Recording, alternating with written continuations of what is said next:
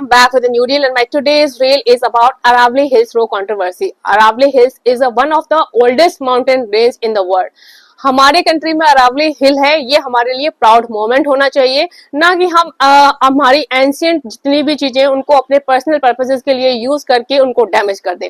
Recently government ने और court ने जो डिसीजन लिया है अरावली हिल्स को लेकर, ये बहुत ही शर्मनाक है। और ऐसा डिसीजन लेने से पहले गवर्नमेंट को पब्लिक की ओपिनियन लेनी चाहिए या साइंटिस्ट के डिसीजन लेने चाहिए, क्योंकि हम किस तरह से अपने एनवायरमेंट को डैमेज कर रहे हैं इस तरह के डिसीजन से, ये बहुत ही मैटर करता है।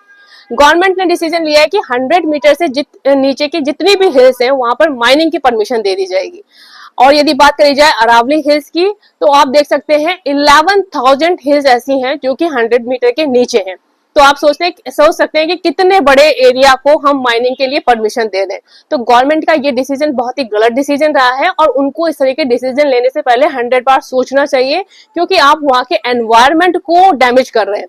यदि बात करी जाए अरावली हिल्स के बारे में, तो आप सभी जानते हैं कि कितनी इंपॉर्टेंट ये रेंज है।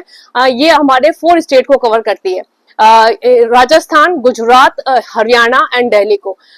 यदि इस तरह की हिल को हम इस तरह से यूज करेंगे, इस तरह से डैमेज कर देंगे, तो आप सोच ही सकते हैं कि सिचुएशन कितनी कॉम्प्लिकेटेड हो सकती है।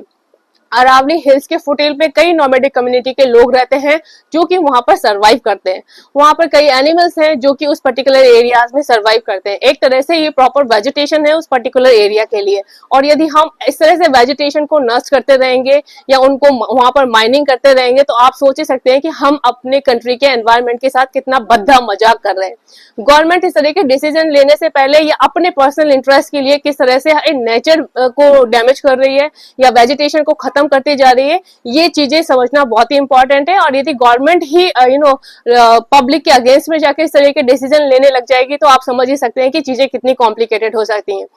आप जानते ही हैं कि जितने भी भू माफिया वगैरह होते हैं, ये किस तरह से माइनिंग करके अपना पैसा कमाते रहते हैं। या बड़ी बड़ी जो कंपनियां हैं वहां पर उनको पत्थर चाहिए होते हैं सीमेंट बजरी बनाने के लिए, उसको यूज करने के लिए किस तरह से गवर्नमेंट और बड़े बड़े बिजनेसमैन की प्लानिंग होती है, जिसकी बेसिस पे इस तरह के डिसीजन लिए जाते हैं। और ये डिसीजन कितने कॉम्प्लिकेटेड हो सकते हैं हमारी कंट्री के एनवायरमेंट के लिए, ये समझना बहुत ही इंपॉर्टेंट है। तो I really want public should come forward for all this thing. Government इस तरह की यदि नेगेटिव काम कर रही है, पब्लिक के अगेंस्ट में कुछ डिसीजन लिए जा रहे हैं जो कि बहुत गलत है, और एनवायरमेंट को प्रोटेक्ट करना राजस्थान की ओल्डेस्ट ट्रेडिशन रही है।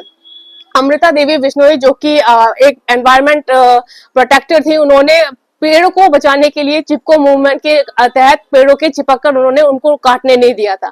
तो ये राजस्थान की एक परंपरा रही है, ट्रेडिशन रही है। हमने हमेशा से एनवायरमेंट को प्रोटेक्ट करा है, और लोगों को एट द मोमेंट भी यही करना चाहिए। यदि हम अपनी कंट्री के अरावली रेंज को नहीं बचा सकते, तो हमने कुछ भी अचीव नहीं करा।